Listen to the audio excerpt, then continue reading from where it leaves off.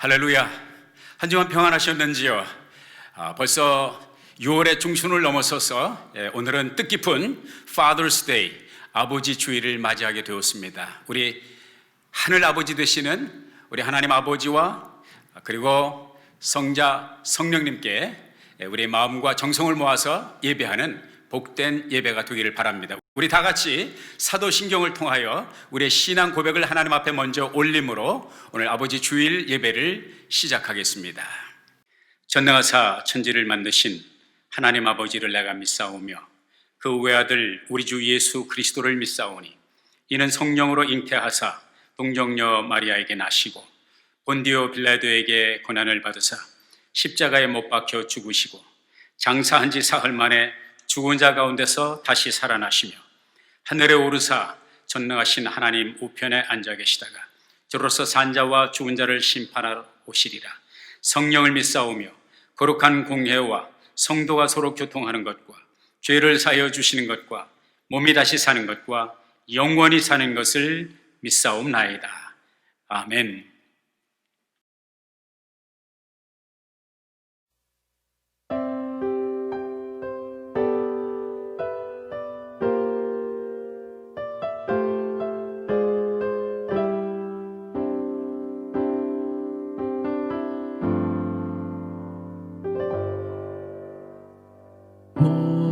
목마른 사슴 시냇물을 찾아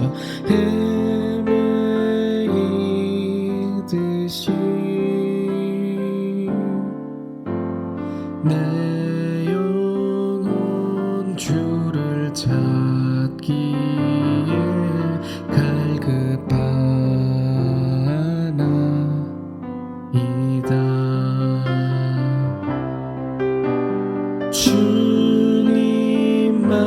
주님만이 나의 힘, 나의 방패, 나의 참 소망, 나의 몸 정성 다 바쳐서 주님 경배합니다.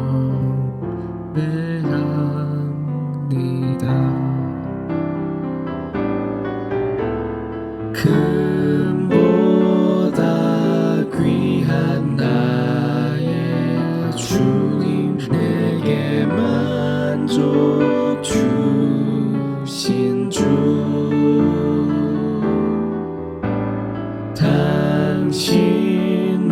당신만이 나의 기쁨, 또한 나의 참 보배.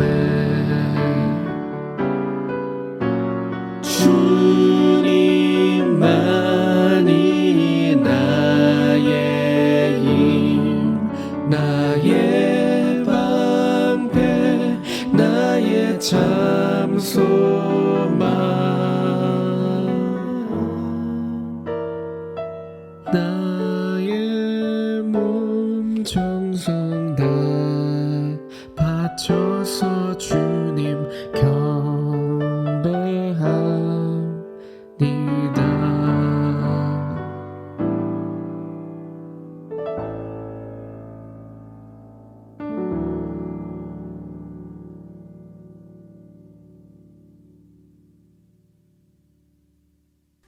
사랑과 은혜가 풍성하신 하나님 아버지, 잠깐의 만남 후에 다시금 이렇게 저마다 집에서 주님을 예배합니다.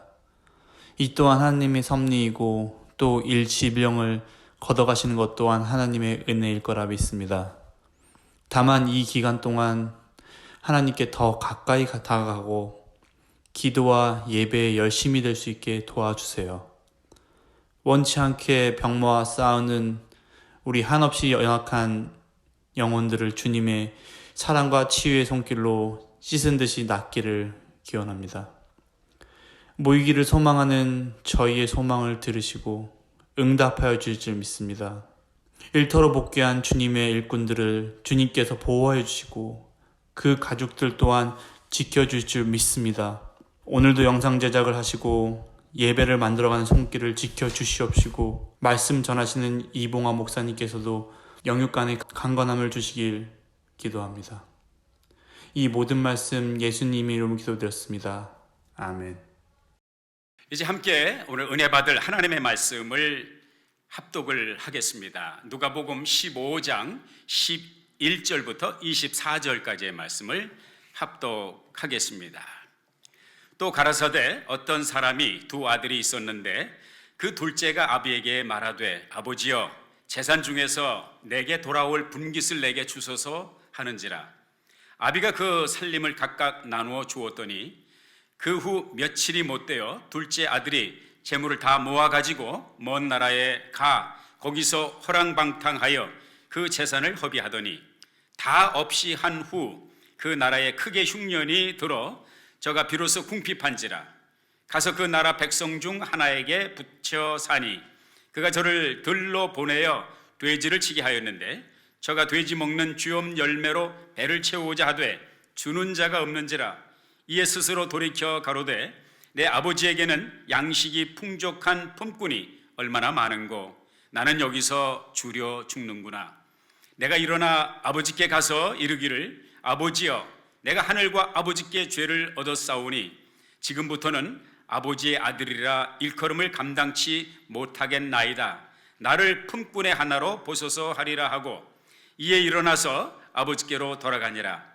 아직도 상거가 먼데 아버지가 저를 보고 측은히 여겨 달려가 목을 안고 입을 맞추니 아들이 가로되 아버지여 내가 하늘과 아버지께 죄를 얻었사오니 지금부터는 아버지의 아들이라 일컬음을 감당치 못하겠나이다 하나 아버지는 종들에게 이르되 제일 좋은 옷을 내어다가 입히고 손에 가락지를 끼우고 발에 신을 신기라. 그리고 살찐 송아지를 끌어다가 잡으라. 우리가 먹고 즐기자.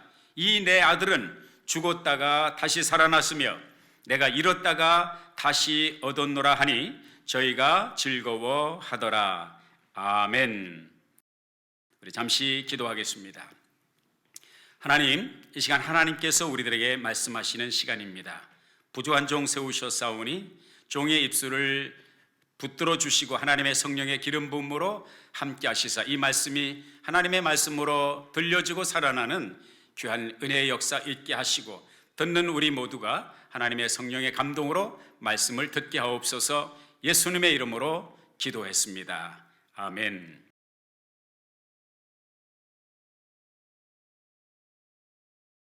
우리 좌우에 계신 분들하고 특별히 가정마다 아버지를 향해서 이렇게 한번 외쳤으면 좋겠습니다. Happy Father's Day. 혼자 계시더라도 우리 하늘 아버지께 이렇게 한번 외쳐봅시다. Happy Father's Day.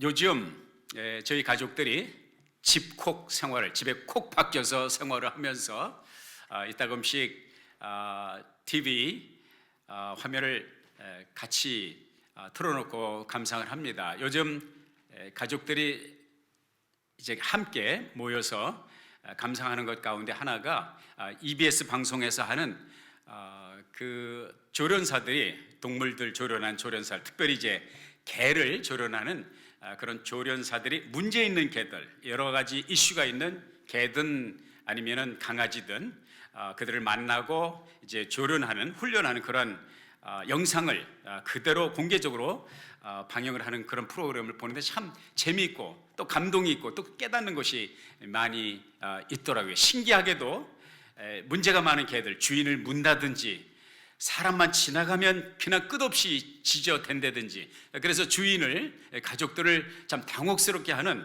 그런 문제의 개들을 어떻게 그렇게 짧은 시간에 기가 막히게 매직이죠. 요술이라고 할까, 마술이라고 할까, 참 기적과 같이 그 개의 행동을 변화시키는 그런 놀라운 일들을 보면서 참 감탄을 할 때가 많이 있습니다. 그런데 흥미로운 것은 그 프로그램의 타이틀 제목이 뭐냐면 세상에 나쁜 개는 없다. 나 그 얘기 처음 들었거든요. 세상에 나쁜 개는 없다. 그런 타이틀을 보면서 우리 가족들은 어떻게 생각하는지 모르지만 저는 이어서 나오는 생각이 그러면 세상에 나쁜 개가 없으면 나쁜 주인이 있다는 것인가? 또 아니면 적어도 나쁜 개는 없지만 주인을 잘못 만나서 훈련을 잘못 시켜서 교육을 잘못 시켜서 나쁜 개가 되었다는 것인가? 이런 생각이 스쳐가더라고요. 그리고 그 생각은 거기서 머무는 것이 아니라 한 단계 더 나가서 무슨 생각이 드냐면 세상에 나쁜 자녀는 없다.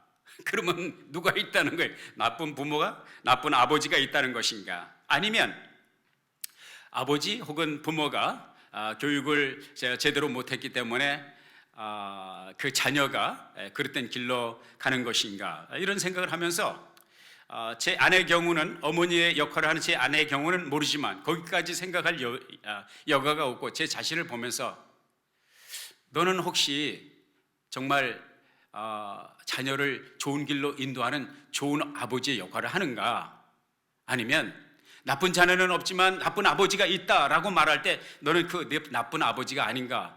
이런 그 생각이 들면서 여러 가지 지난 일들을 생각하면서 나와 내 딸의 관계를 생각하면서 자꾸 자책감이 들고 자괴감이 들고 이런 부끄러운, 자기 자신이 부끄러운 수치를 느끼는 그런 감정을 느끼고는 했습니다. 오늘 아버지 주일을 맞이해서 이제 아버지에 대한 얘기를 많이 할 것인데, 여러분 중에 또 물론 이런 질문을 던질 거예요. 목사님, 저는 아버지가 아닌데요. 저는 어머니인데요. 목사님, 저는 아버지가 아니고 아들인데요. 저는 딸인데요. 그러나 여러분, 이거 한 가지는 우리가 공통적으로 가지고 있다고 생각합니다. 아버지는, 내가 아버지가 아니라도 아버지와 관계가 없는 사람은 이 세상에 한 사람도 없다는 거죠. 다시 말해서 한마디로 아버지 없이 이 세상에 온 사람은 없다는 것이죠. 내가 아버지든지 아버지의 아들이든지 아버지의 딸이든지 그 아버지의 아내든지, 이러한 여러 가지 얽히고 설켜 있는 인간 관계를 통해서 우리 모든 사람은 아버지 아니면 아버지와 관계가 있는 삶을 살아가고 있다는 사실을 생각하게 됩니다. 벌써 20년 전에 나온 책인 것 같아요. 이홍렬 씨가 쓴 아버지 되기는 쉬워도 아버지 노릇하기는 어렵다. 그러한 책 제목이 20년이 지난 지금도 자꾸 제 뇌리에 스쳐가고 회자되는 것은 어쩌면 아버지 소양 교육이 아직도 끝나지 않는, 아버지다운 아버지를 만들어 가시는 하나님의 프로그램에서 아직도 졸업하지 못한 내 자신의 여전히 스트러글링, 여전히 힘들어하고 여전히 쫓아가기에 분주한 또 내 내면의 갈등, 이런 것들을 생각하기 때문에 내가 그 책 제목을 자꾸 기억하는 것이 아닌가, 그런 생각이 들었습니다. 연습과 리허설이 없는 아버지 노릇하기는 어렵다 할 때 그 아버지 노릇이라는 게 뭐예요? 첫째는 양육에, 그렇죠?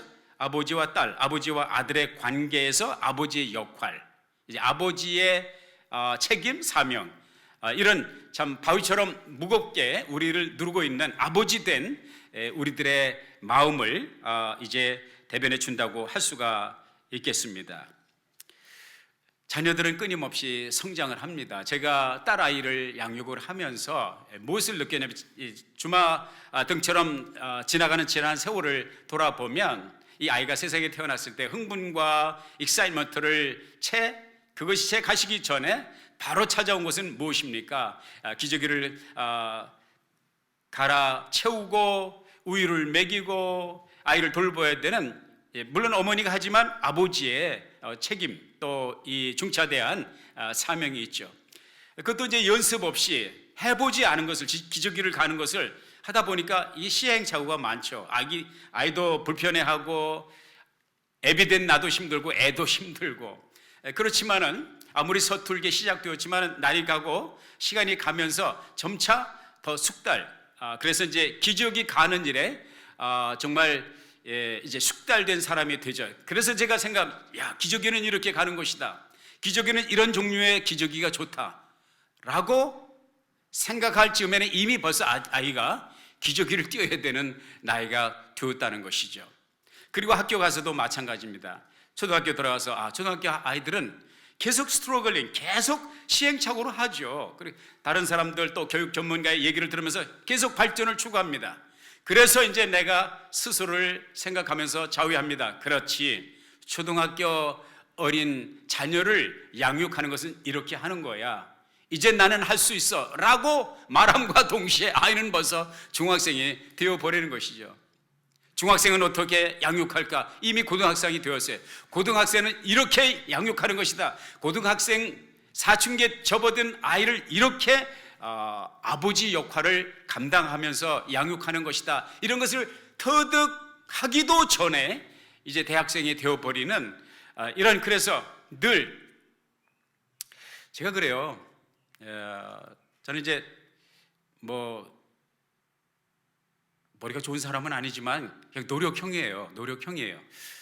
그래서 아이를 양육하는 것도 노력을 이제 하죠.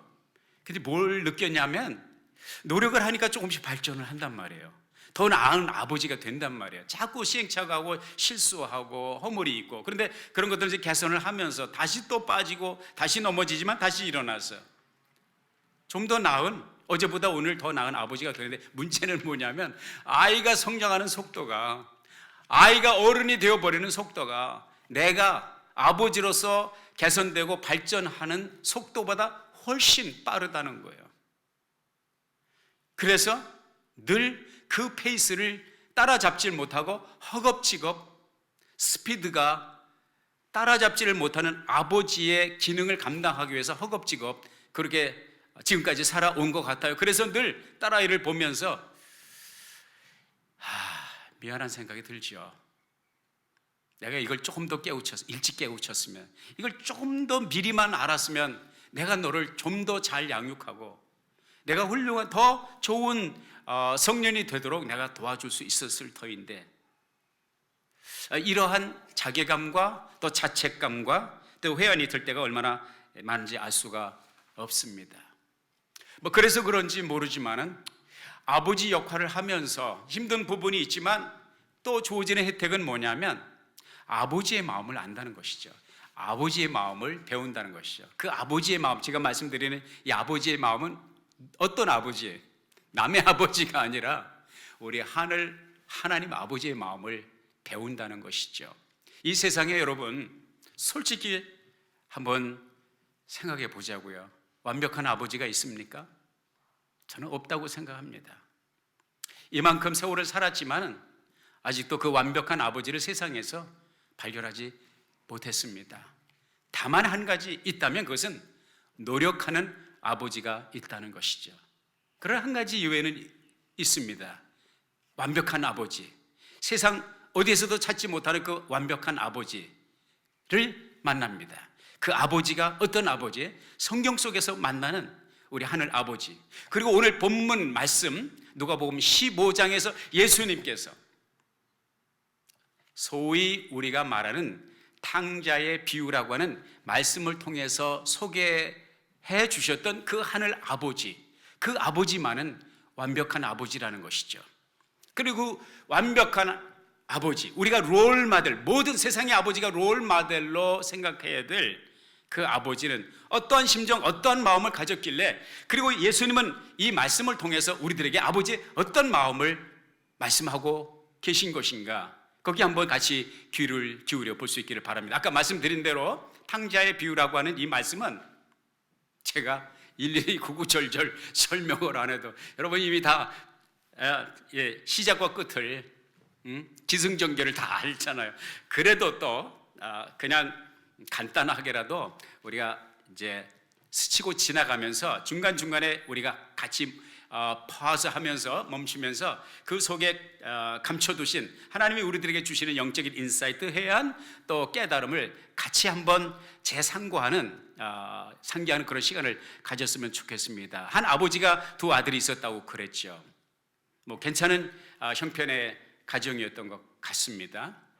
가난한 집은 아니었던 것 같습니다. 그런데 문제는 뭐냐면 둘째 아들이 문제였어요. 그 둘째 아들이 느닷없이 아버지에게 하루는 아빠 잠깐 얘기 좀 하죠. 그래서 아버지와 잠깐 타임아웃을 신청을 하죠. 그리고 청천벽력과 같은 얘기를 합니다. 아버지, 저는 이제 집을 떠나서 독립하려고 합니다. 청천벽력과 같은 이야기죠.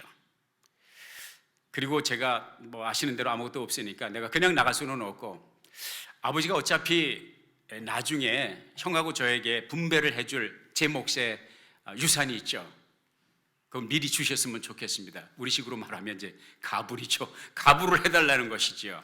당연히 내가 받을 그 재산, 그 내 몫을 나중에 주는 대신에 지금 주시면 제가 그걸 가지고 잘 독립해서 살아보겠습니다. 자, 이 둘째 아들의 이 청혼이, 둘째 아들이 아버지에게 부탁하는 이 부탁이 아버지의 마음에는, 아버지 귀에는 어떻게 들렸을까요? 혹시 아버지가 둘째 아들아, 기다리던 바야. 내가 그러지 않아도 너가 빨리 독립하기를 원했어. 죄송합니다. 속된 표현으로. 넌 싸가지 없는 아들이거든. 너와 빨리 결별하기를 내가 원했어. 너 때문에 나 힘들어 죽겠다. 그래, 재산 줄 테니까 나가서 살아라. 이렇게 대답했습니까? No. 본문에 소개하는 아버지는 그게 아니죠. 그리고 그 아버지는 행간의 내용을 읽어보면 본문에 기록이 되어 있지 않아도 그 아들의 마음을 돌이키기 위해서 대화를 했을 것이라고 충분히 짐작해 볼 수가 있겠죠. 저는 어떻고 후는 어떻고 네가 앞으로 나가서 어떻게 독립하며 어떻게 살 것이며 무슨 계획을 가지고 있고 내가 성공할 자신이 있는가, 내가 볼 때는 이런 위험이 있고 저런 위험이 있는데 조금만 더 기다리자, 뭐 여러 가지 말로 알아듣게 설득을 노력을 했을 것이라고 생각합니다. 아무리 노력을 해도 둘째 아들은 아버지의 그 말씀이, 아버지의 그 교훈과 어드바이스가 귀에 들어오지 않습니다. 우리가 살다 보면 자녀와의 관계 속에서 우리가 보통 그런 말이 있죠. 품 안의 자식이다. 품 안에 있을 때는 아버지의 뜻대로, 어머니의 뜻대로, 마음대로 이 아이를 잡아줄 수 있고 훈육할 수 있지만, 이제 품을 떠날 때가 되면, 품을 떠나면 내가 컨트롤할 수 있는 그 권한 밖으로 아이가 독립해서 나간다는 것이죠. 독립하기 전에 나타나는 현상은 뭐냐면, 제 경험으로, 그리고 많은 전문가들의 얘기를 들어보면 갈등의 시간이 있어진다는 것, 소위 말해서 사춘기가 있습니다. 사춘기는 문제 아들이 겪는 과정이 아니라 모든 건강한 자녀들이 겪는 삶의 스테이지 가운데 하나인 것이죠. 사춘기에 들어서 평소에 보여주지 않았던, 지금까지 어린 시절에 보여주지 않았던 행동과 마음과 언어를 한다면 이상히 여길 것이 없다는 거예요. 그것이 어른이 되기 위한 수순이고 과정이라는 것을 오늘 이 본문 말씀에도, 그리고 오늘을 살아가는 현대인들에게도, 아니 내가 겪는 과정 속에서도 경험되는 것이지요. 그것을 이상히 여길 필요가 없다는 것이죠. 아버지의 입장에서 보면, 죄송합니다, 싸가지 없는 말이죠. 이 말은 그 당대의 문화와 풍습으로 보면 아버지에게 이렇게 말하는 것과 똑같습니다. 아버지 돌아가실 때까지 나 못 기다리겠어.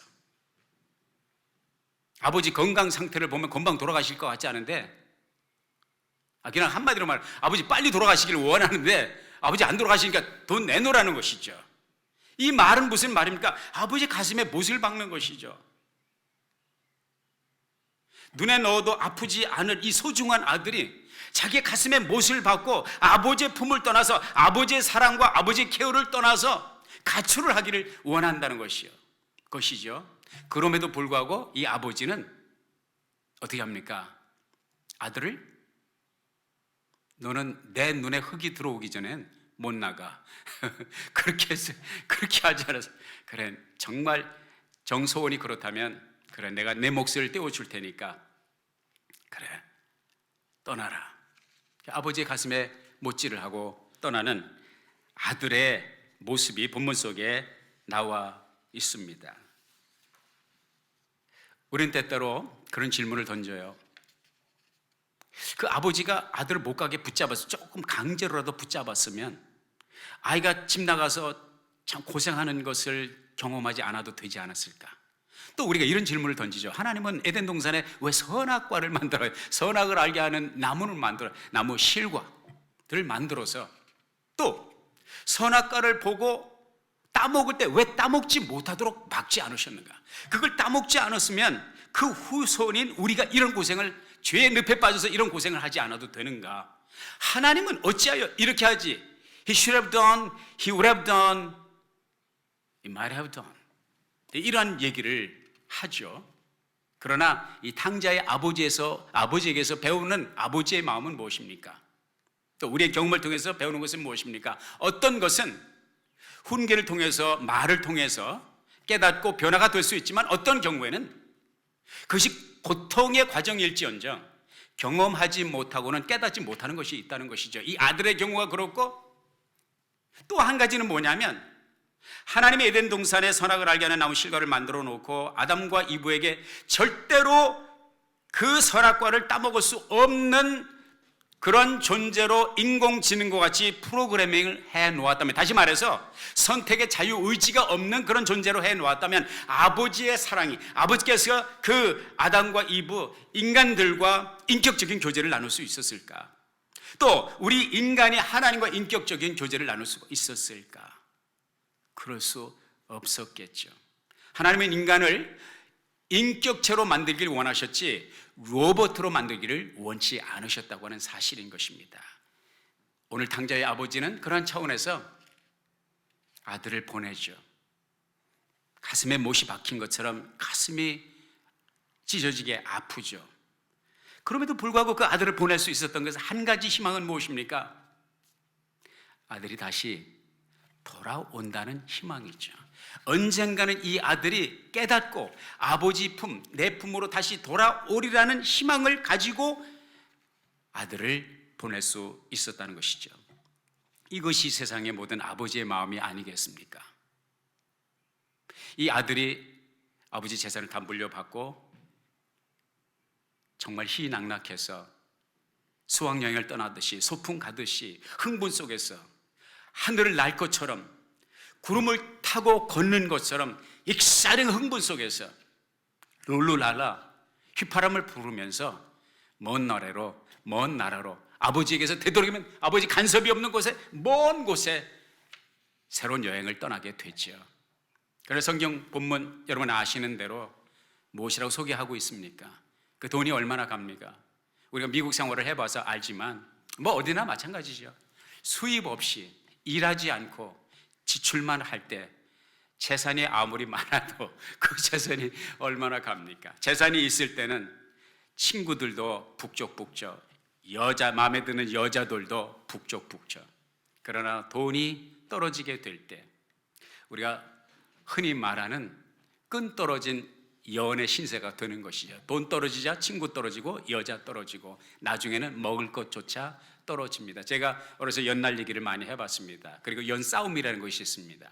친구와 함께 연줄을 서로 엉켜서 밀고 당기면서 누구의 연줄이 오래 버티는 연줄이 이기는 거예요.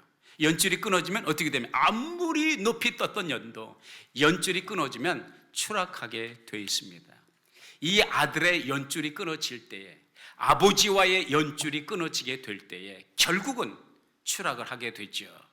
날개 없는 물체가 지구 중력을 이기지 못하고 추락하듯이 이 둘째 아들의 삶은 어디까지 떨어져요? 먹을 것이 없어서 돼지를 키우면서 종의 신분으로, 노예의 신분으로 남의 집 돼지를 키우면서 너무 배가 고파서 돼지가 먹는 쥐염 열매를 먹고 자는데 그것도 여의치 못하여 나중에 깨달은, 내가 이대로 가다가는 굶어 죽는구나. 그때에 생각한 것이 그동안 안중에도 없었고 기억조차 없었던 아버지, 그리고 아버지의 품, 아버지의 집, 그리고 아버지 집에서 일하는 품꾼. 비록 품꾼이지만 넉넉히 배부르게 먹고 먹는 것에 근심하지 않는 종들을 생각하게 되죠. 내가 여기서 이대로 버티고 있다는 결국은 나는 굶어 죽는구나.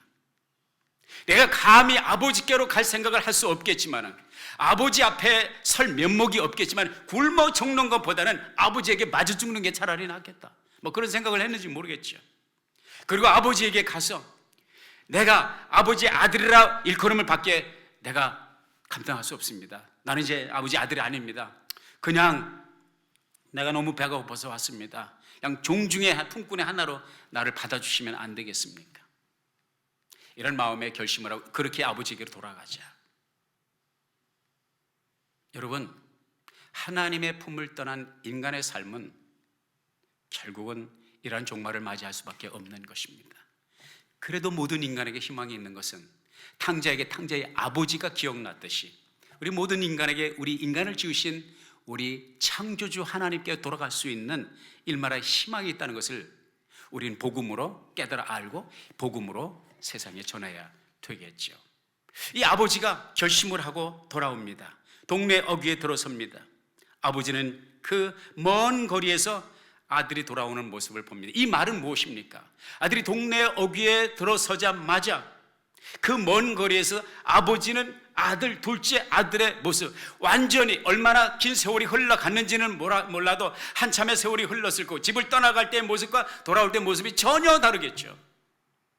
집을 떠날 때는 호의호식했을 때고, 집으로 돌아올 때는 신발조차 신지 못하고 맨발로 완전히 정말 넝마 조각 같은 의복을, 홈레스가 되어서 다시 돌아오는 아들의 모습을 알아보기는 쉽지 않았겠지만 아버지의 눈에는 그 아들이 금시 파악이 됐죠. 그리고 이것은 무엇을 뜻합니까? 날마다 그 아들을 거기를 쳐다보면서 아들이 돌아올 그 동네 어귀를 바라보면서 다 아버지를 기다렸다는 것이죠. 그러니까 아들이 나타나자마자 그 아들을 발견할 수 있었습니다. 서로 만납니다. 누가 달려갑니까? 성경에 보니까 오늘 달려갔다 그랬어요. 아들이 아버지에게 달려옵니까? 어제 따지고 보면 아쉬운 건 아버지의 아들이죠.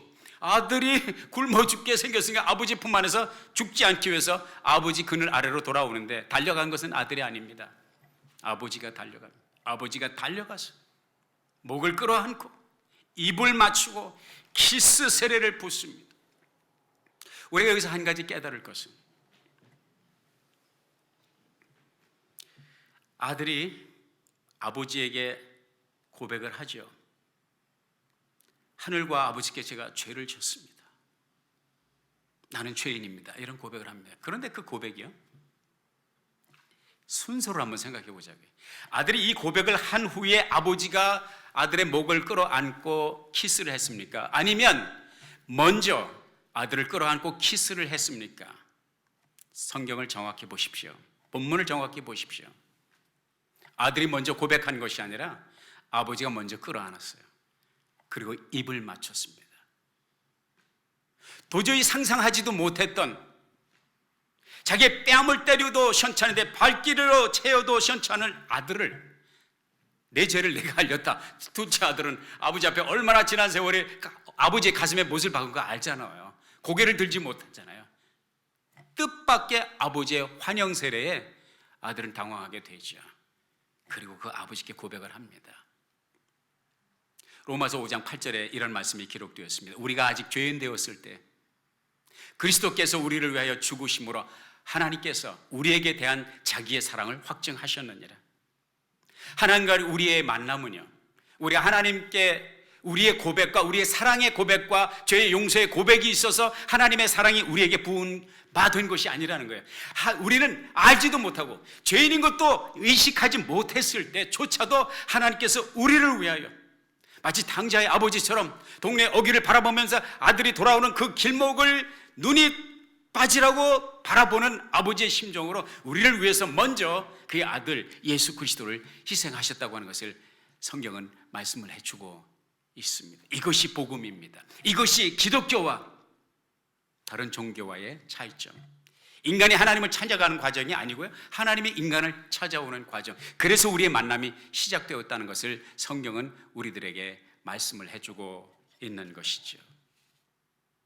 그리고 이 아버지는 아들을, 아버지의 그 회개 고백, 나는 죄인이라는 고백을 들었는지 안 들었는지 아랑곳하지 않냐고 집으로 들어가서 서둘러서 하는 액션을 본문 속에 말씀해 주고 있는데요, 종들에게, 품꾼들에게 명령을 해서 가장 좋은 옷을 내어 갈아입히라고 합니다.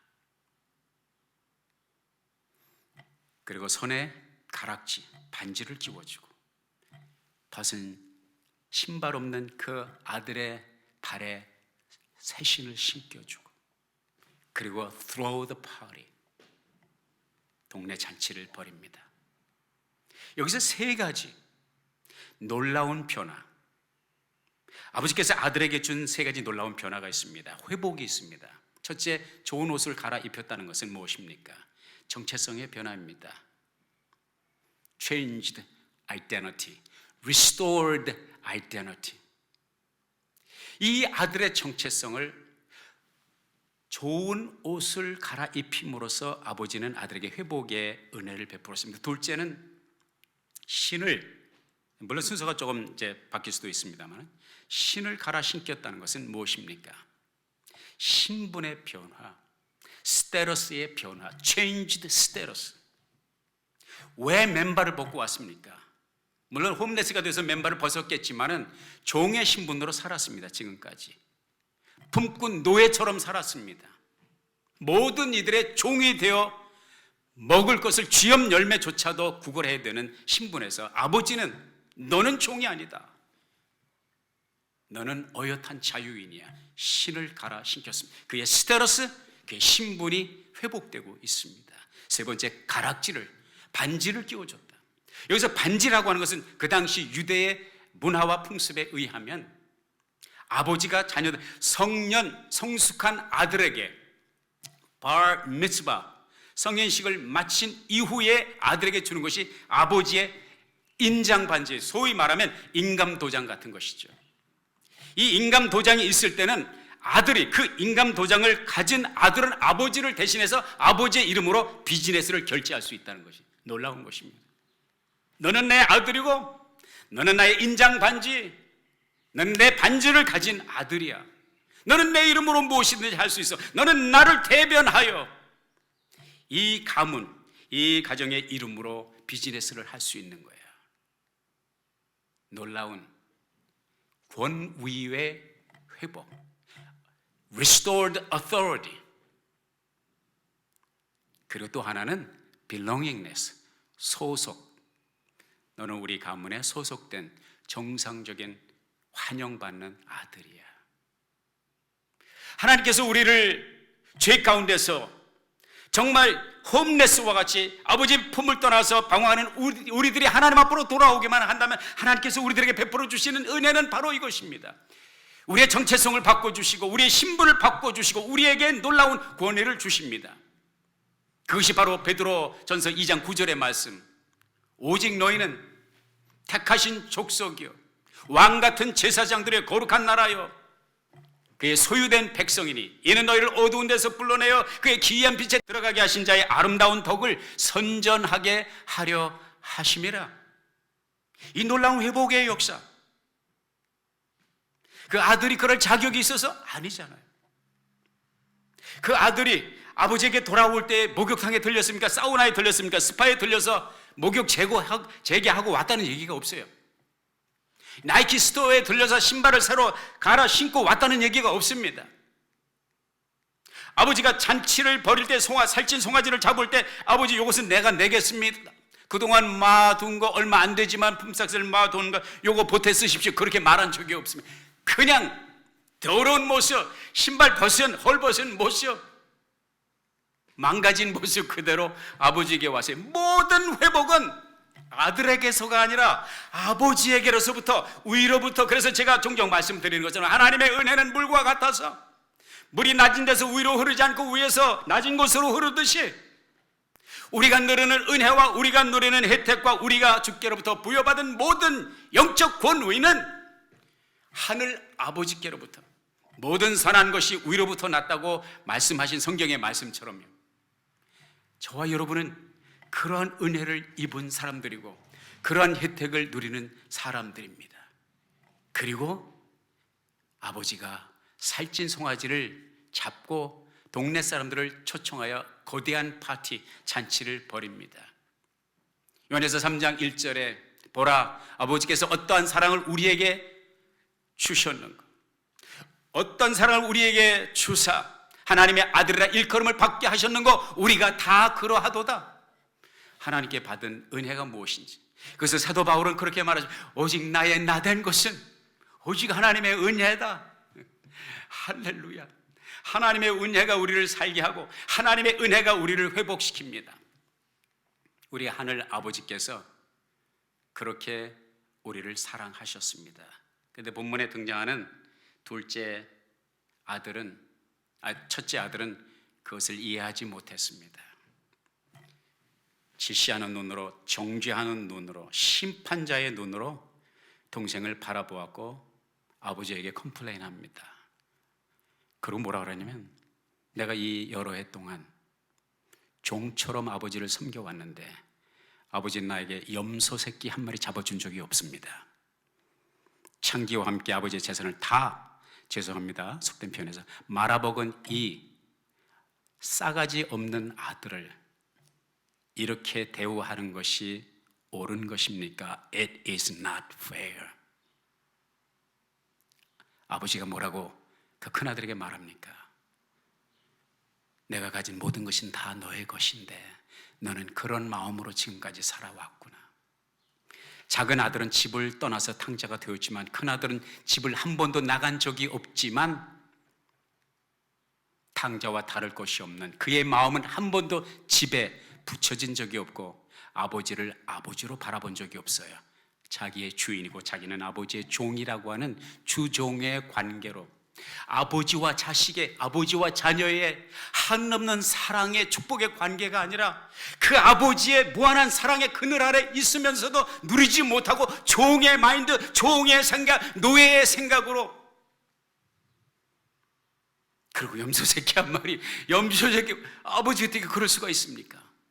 행복 필요 충분 조건을 가지고 있으면서도 탕자와 다를 것이 없는 또 다른 탕자의 삶을 살았다는 것을 깨닫게 됩니다. 아버지의 마음은 한없는 사랑이었고 탕자를 과거를 묻지 않고, 우리 과거를 잘했다고 하는 것은 아니죠. 받아들이는 것이죠. 용서하는 것이죠. 그러한 마음으로 아들을 받아들였습니다. 그리고 큰 아들에게 삶을 어떻게 살아야 되는 것인지, 나는 너의 아버지고 나는 너를 위해서 무엇이든지 이미 나의 모든 것을 포기하였고 내가 가진 모든 것은 다 너의 것이라 말하면서 관계의 새로운 회복에 도전을 주고 있습니다.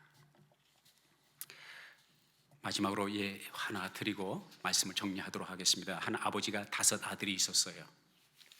5 아들이 있는데 그 5 아들 중에 한 아이가 조금 아버지의 근심이 되었어요. 몸도 약하고 의지도 그렇게 강하지도 못하고 소극적이고 늘 그와 그의 오늘과 미래에 대해서 아버지는 걱정을 했어요. 다른 4 아들은 괜찮은데 하루는 이 아버지가 5 구리의 작은 묘목을 사왔습니다. 그리고 5 아들에게 나눠주면서, 얘들아, 이 묘목을 너희들이 이제 심고 1년 동안 잘 키워. 그러면 1년 후에 내가 검토를 해보고 가장 잘 키운 나무를 키운 그 사람에게 내가 상을 줄 거야, 선물을 줄 거야. 아들들이 1년 내내 열심히 키웠습니다. 1년이 되었습니다. 약속 시간이 되었습니다. 평가하는 시간이 되었습니다. 그런데 놀랍게도 그 5 형제 중에서 아버지가 가장 염려하고 가장 약하고 가장 소심한 이 아들의 나무가 가장 크고 가장 무성하고 튼튼하게 성장하고 있었습니다. 물론 상은 그 아들에게 돌아갔죠. 이 아버지가 아들에게 말합니다. 아들아, 너는 이 세상에서 가장 뛰어난 식물학자가 될 거야. 나는 그걸 믿어. 그 후에 세월이 지났습니다. 이 아들은 아버지가 예언했던 대로 위대한 식물학자, 아니라 평범한 식물학자도 되지 못했습니다. 그러나 미국 역사상 1920년대, 1930년대를 휩쓸었던 최악의 대공황을 누구보다도 슬기롭게 극복했던 지도자, 미국의 20세기 가장 사랑받는 대통령 프랭클린 루스벨트 32대 미국의 대통령이 됐다는 사실인 것입니다. 아버지의 사랑은 이렇게 파워풀한 것입니다. 사랑하는 여러분, 탕자의 비유를 통해서 말씀하시는 우리 주님의 메시지는 무엇입니까? 아버지의 마음을 알아달라는 것이죠. 아버지가 어떠한 마음을 가지고 자녀를 바라보는가, 그것을 가르쳐주고 계시.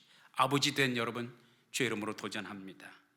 우리 하늘 아버지의 마음, 아버지의 눈을, 아버지의 심성을 가지고 우리 자녀들을 바라보고 용서하고 포옹하고 사랑하도록 노력하지 않겠습니까? 자녀된 여러분들에게 주의 이름으로 도전합니다. 아까 말씀드린 것처럼 세상에 완벽한 아버지는 없습니다. 노력하는 아버지가 있을 뿐입니다.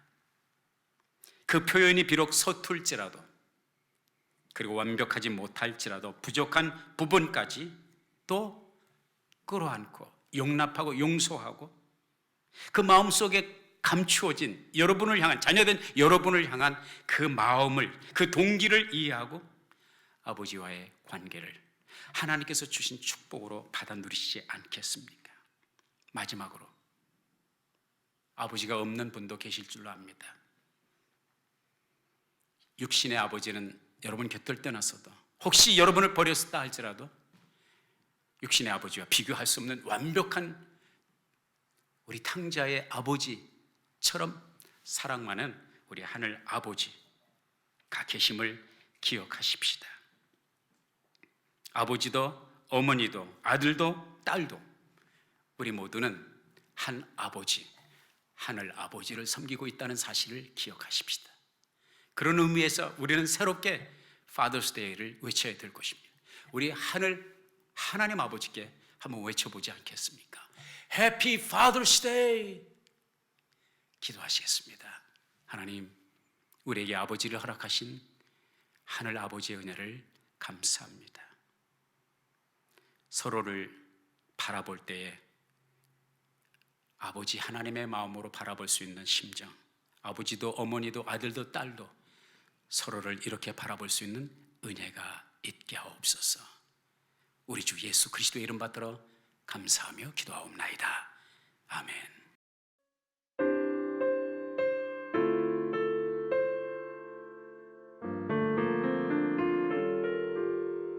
나 이제 주님의 새 생명 얻은 몸, 옛것은 지나고 새 사람이로다. 그 생명 내 맘에 강같이 흐르고 그 사랑 내게서 해같이 빛난다. 영생을 맛보며 주 안에 살리라. 오늘도 내일도 주 함께 살리라.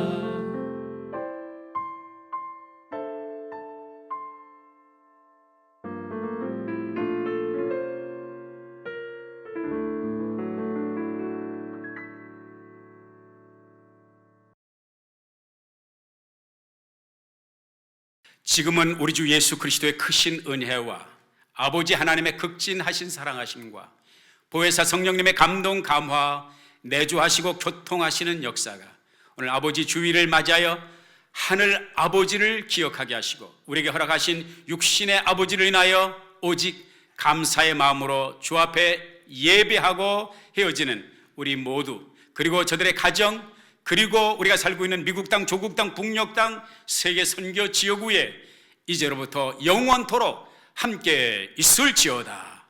아멘.